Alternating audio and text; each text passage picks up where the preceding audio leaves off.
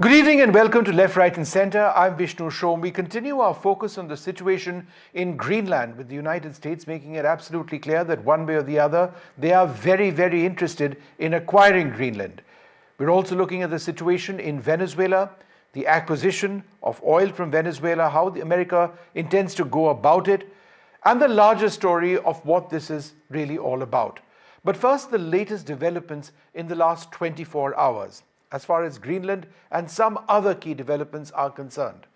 Now, the White House has confirmed acquiring Greenland is a national security priority, with all options on the table, but preferring diplomacy and purchase. The Press Secretary, Karoline Leavitt, has emphasized options like buying Greenland or a compact of free association. The Secretary of State Marco Rubio has briefed lawmakers, downplaying invasion, but affirming pursuit of acquisition, and plans to meet Danish officials next week.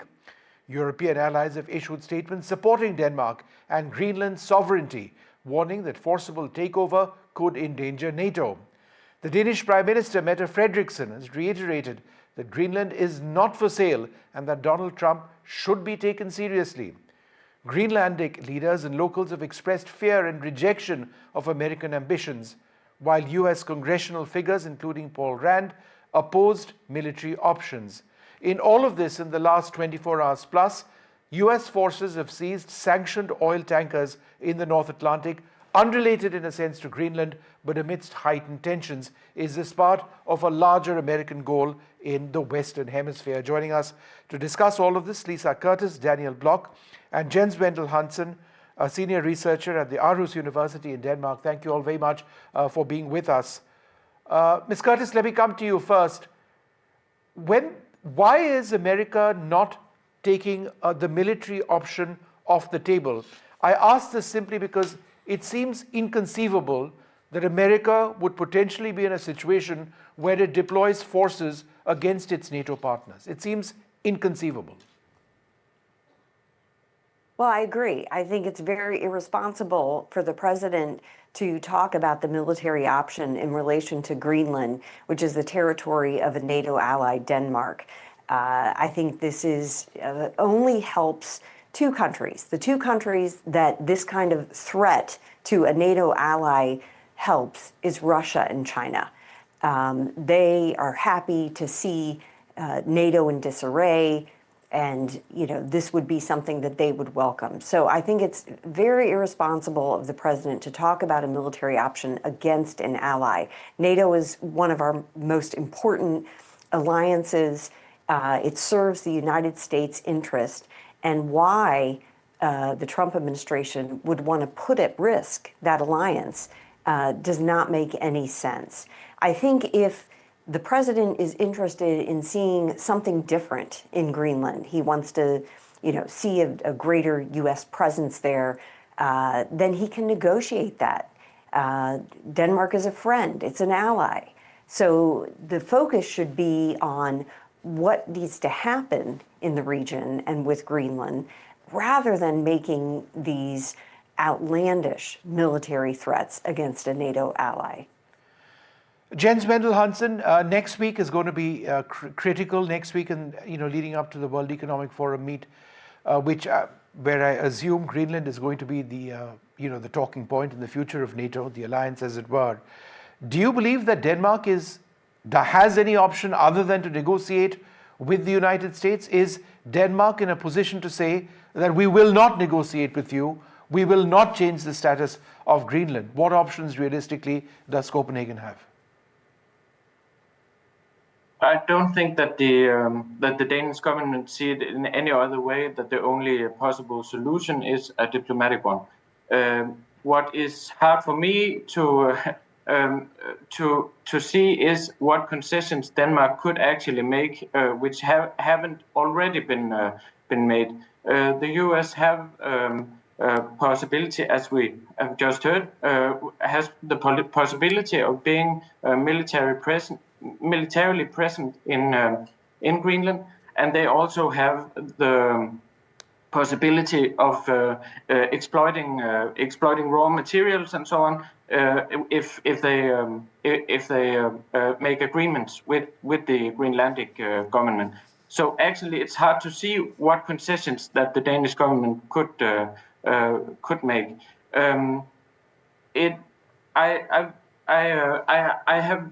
This is a very, very difficult situation, and it has made, as you have said yourself, made a lot of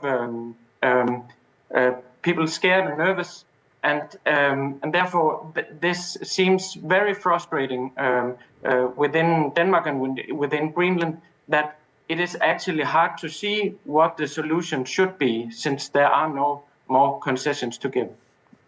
Daniel Block, what solutions are there, if any?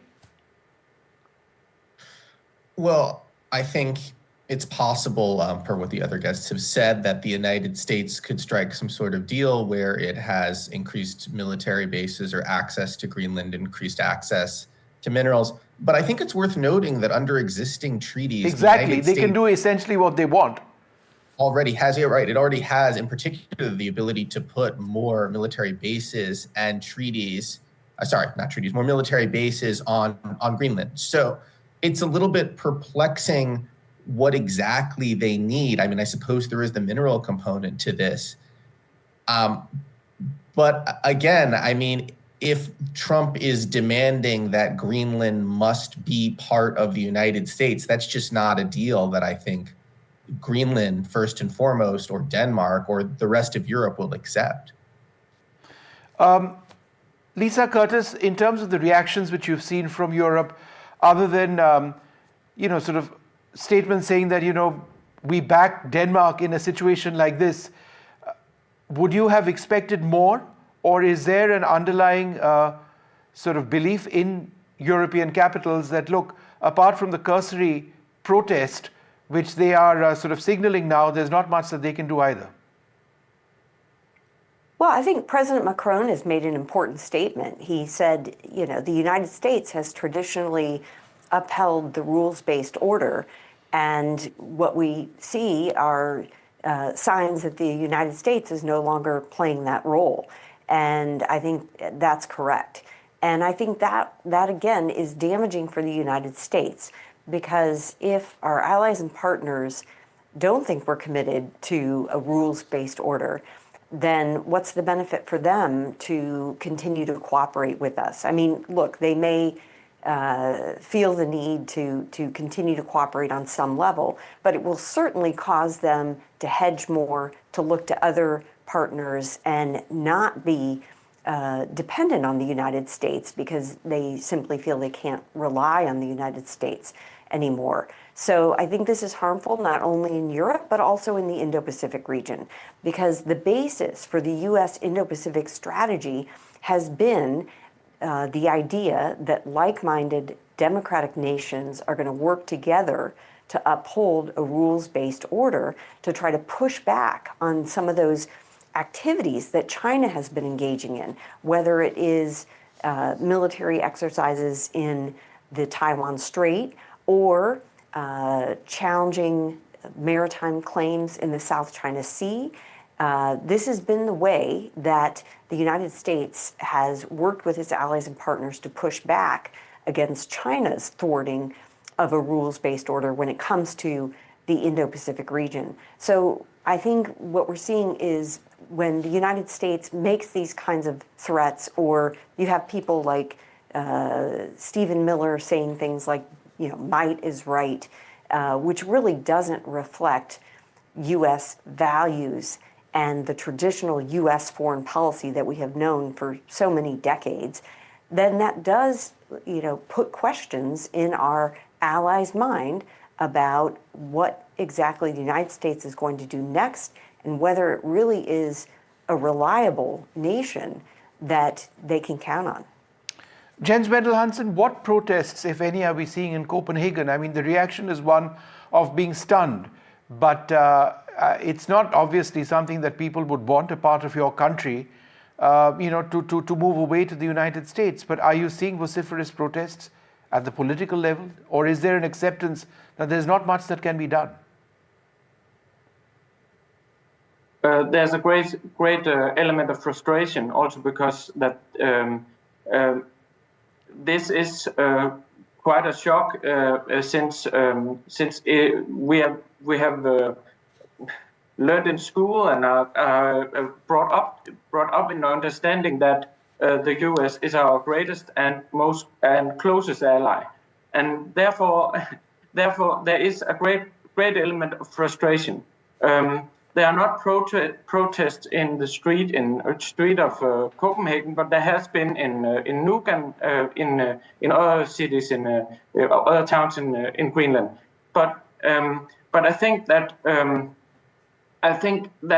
actually you said stunned yourself, and that is probably quite precise.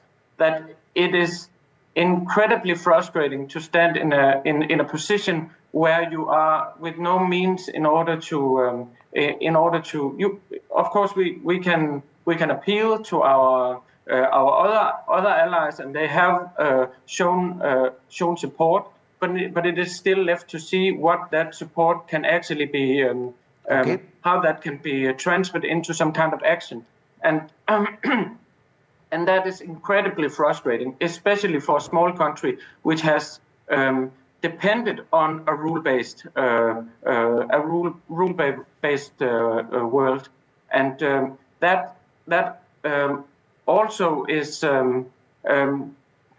felt historical in Denmark, because you are now going back to a time where, as it was said, right might be right. Sure. And that is incredibly frustrating. No, I take that point completely. I just want to quickly go back to Daniel as we sort of keep moving. I think, Daniel, the other big question, of course, is Venezuela. And the question is this. I mean, Trump has struck a deal. He's going to get the oil that he seeks. Where will Venezuela be, a vassal state of the United States? Will there be possibly an obligation to import American items? Is that where we are headed? I think it's too early to say exactly where we're going when it comes to Venezuela. You know, Trump has announced things. It's always difficult to take Trump's words as kind of gospel, because we often see Trump announce things, then walk them back, and the United States strikes slightly different deals. I do think when I think about Venezuela and when I think about Greenland as well, what we're seeing in many ways is the realization of this hemispheric policy that the Trump administration has announced and put forth in the national security strategy, in other pieces of rhetoric. This idea, this kind of almost return to 19th century thinking, not just in the idea of having empires and expanding territory in various ways, but this idea specifically in the United States that the Western Hemisphere is its hemisphere. It has the right to dominate its hemisphere and do what it wants with it, turn other countries into vassal states if it wants, expand its territory. And again, to what Lisa was saying, I think that this kind of way of looking at the world is very dangerous for the United States. It undercuts its long-term strategic interest, the idea that it can negotiate with other countries, that it can back its allies in various ways and help them and get what it wants while respecting the sovereignty of other peoples. But again, I want to say, as for what's going to happen with Venezuela itself, I think that we're going to have to wait and see a little bit more. Ms. Curtis, the other big concern is with ice melting at record pace in the Arctic. There are new waterways, and therefore there is greater activity of Russian ships, greater activity of Chinese ships. We've seen all across the world, certainly here in the Indian Ocean region where I'm at, Chinese trawlers moving in huge numbers. Some of them are for oceanic exploration, others are for fishing. Is there a sense that a greater Chinese naval or maritime presence, right, civilian potentially as well, in the Atlantic could be one of the big reasons why Donald Trump wants to move in a bigger way?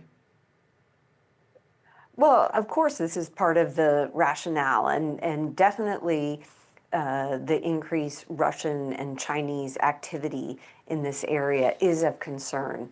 And I do think that the Trump administration is right to focus on it and develop a strategy to deal with it. I'm just saying that threatening military action is probably not the best strategy to move forward on this challenge that we see of increased Russian and Chinese activity in this region. And I compare it again to the Indo-Pacific. We see Chinese aggression in the South China Sea, in the East China Sea, in the Taiwan Strait, but we don't threaten to take over the countries that are in those regions. We work with those countries. We develop common purpose, and we, have mutual support because we have mutual security interests. And in this case, absolutely, the U.S. has mutual security interests to Denmark, to Greenland, and should be cooperating with them to meet this challenge that China and Russia are posing.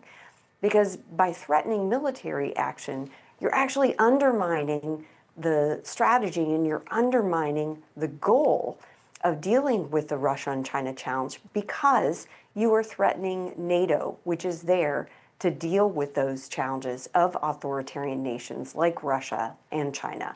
So I just think that it's not a well thought out strategy that we see the Trump administration engaging in when it comes to Greenland. Certainly the overall goal, the reason for focusing on Greenland may be correct, but the strategy and how they're going about dealing with that challenge, in my opinion, has been irresponsible.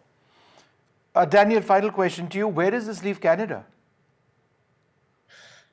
Well, the things I've seen coming out of Canada suggest anxiety, and I can't blame them.